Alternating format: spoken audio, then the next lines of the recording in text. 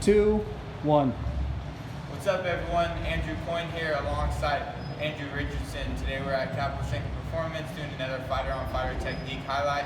I'll be talking about Alistair Overeem and his upcoming fight this Saturday.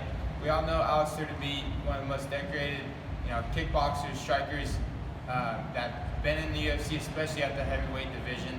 Multiple knockouts, but one thing that we'll look at today is some of his knockouts from ground and pound with using really good hip pressure and just using a post or a wrist control to land his big right hand from the ground. So something a little different. So starting off his knockout against Stefan Struve. Struve was on his back.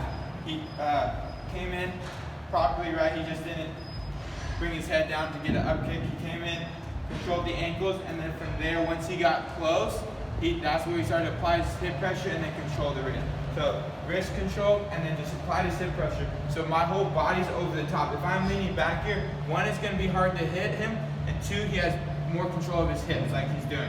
But if I'm really driving over my hip control and my pressure, and I have this wrist, one big shot from him is all it really takes.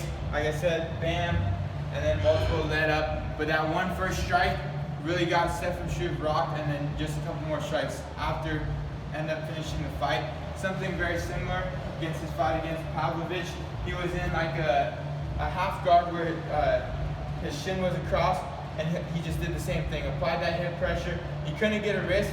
Instead, he just posted into the armpit and then eventually switched to the neck. So from here, he just crowded with his hip pressure, so he's over the top. One big punch led to him being rocked, and then finished up with multiple strikes on top.